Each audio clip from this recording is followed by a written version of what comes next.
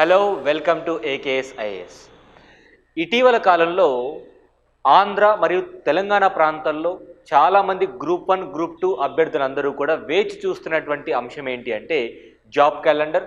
దానితో పాటుగా త్వరితగతిన నోటిఫికేషన్ల ప్రక్రియ అనేటువంటిది మళ్ళీ స్టార్ట్ అవ్వాలి అని చాలామంది అభ్యర్థుల యొక్క అభ్యర్థన కూడా అని చెప్పుకోవచ్చు.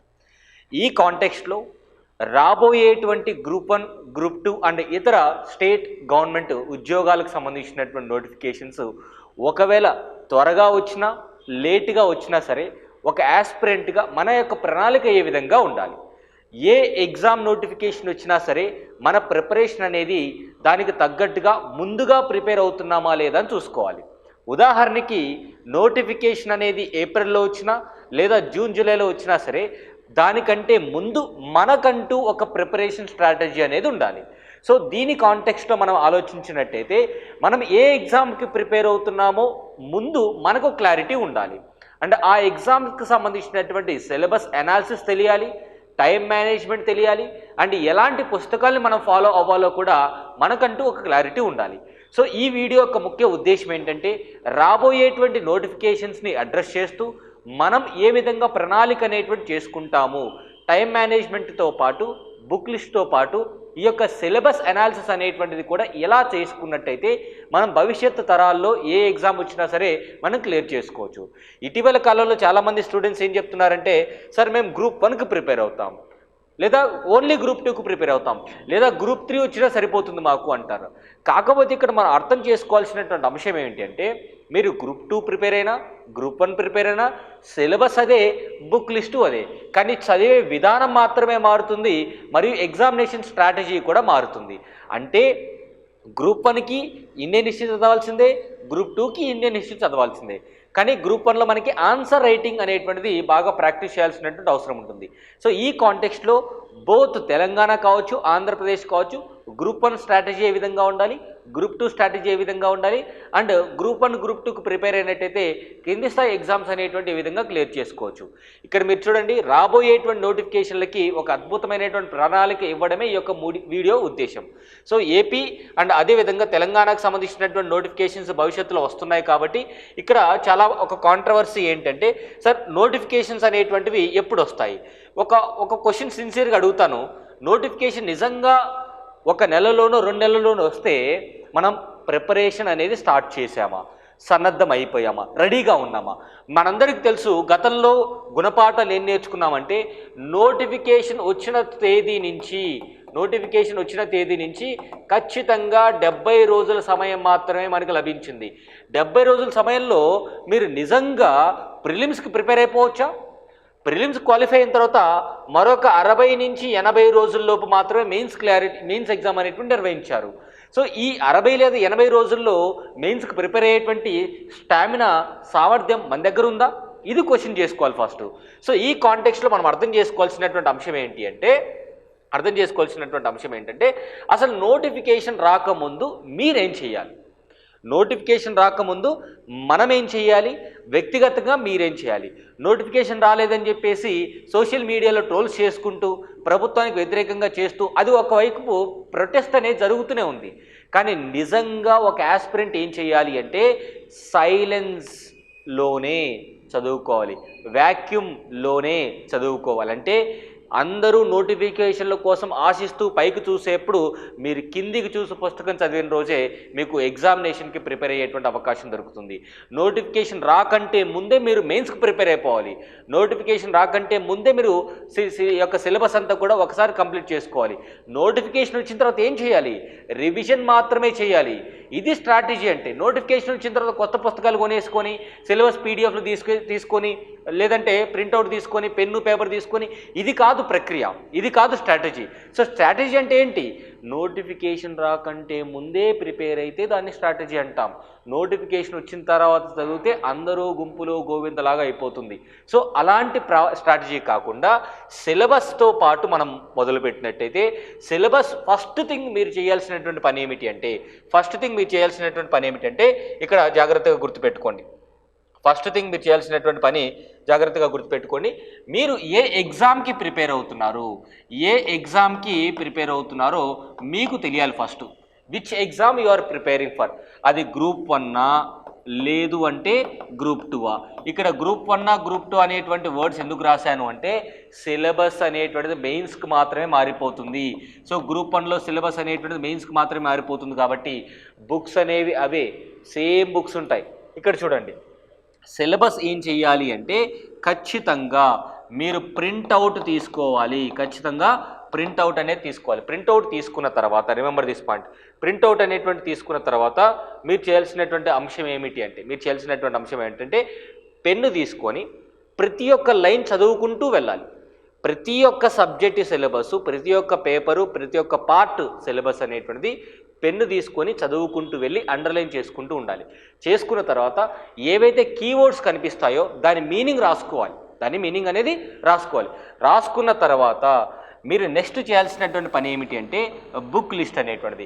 ఇక్కడ బుక్ లిస్ట్ ఎప్పుడైనా ఒకటి విషయం గుర్తుపెట్టుకోండి, ఎన్ని తక్కువ బుక్స్ పెట్టుకుంటే అన్నిసార్లు మీరు రివిజన్ చేసుకోవచ్చు.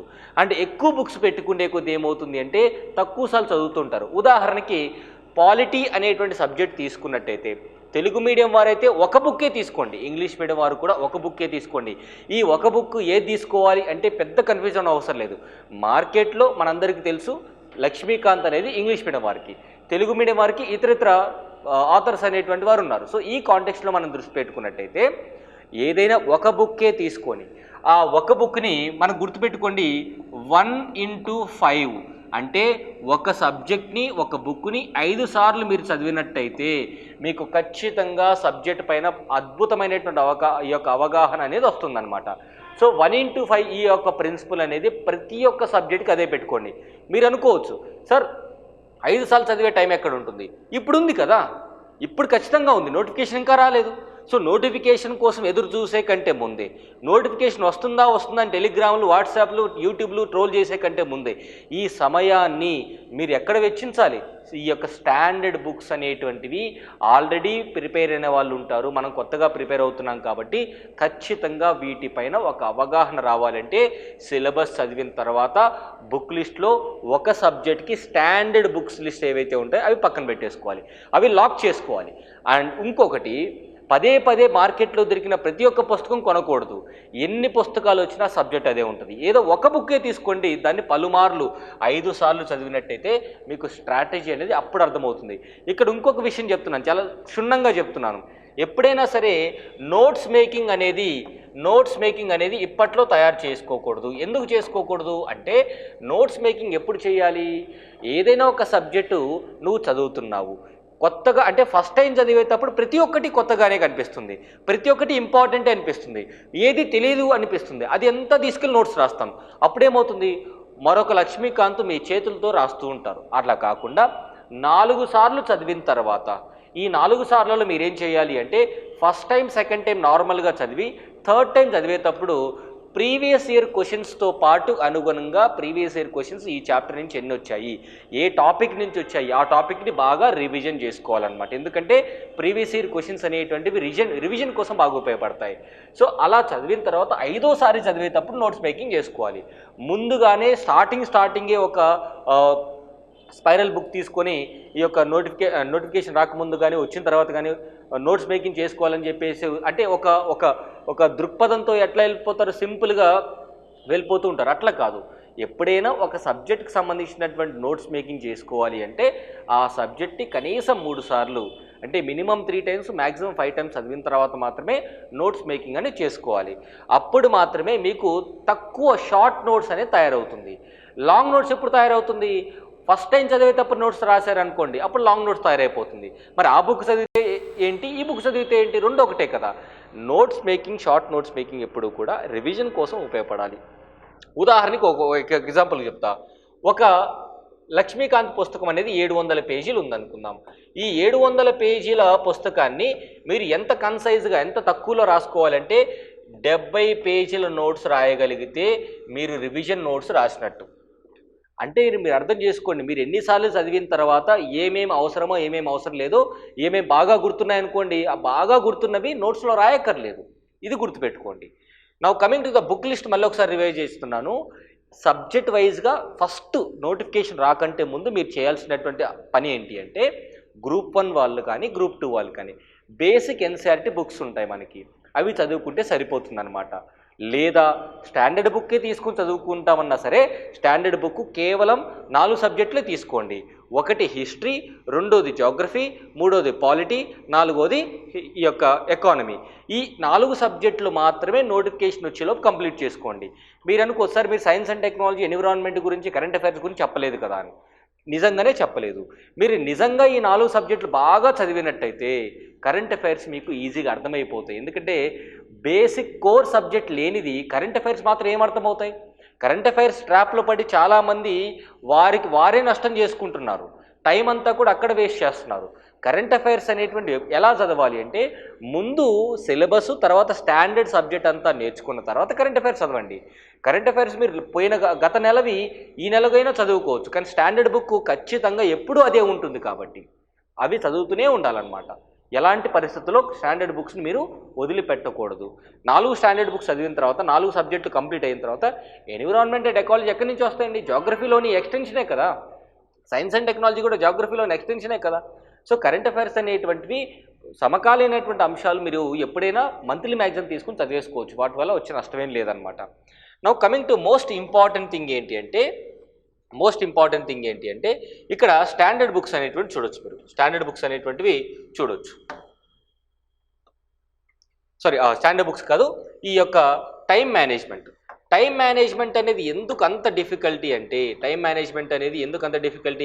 ప్రతి ఒక్కరూ స్టార్ట్ చేస్తారు, కానీ కేవలం కొద్ది మంది మాత్రమే దాన్ని ఎండ్ చేసేటువంటి అవకాశం ఉంటుంది. ప్రతి ఒక్కరు కూడా స్టార్ట్ చేస్తూ ఉంటారు, కానీ కొంతమంది మాత్రమే ఎండ్ చేసేటువంటి ప్రయత్నాలు చేస్తూ ఉంటారు.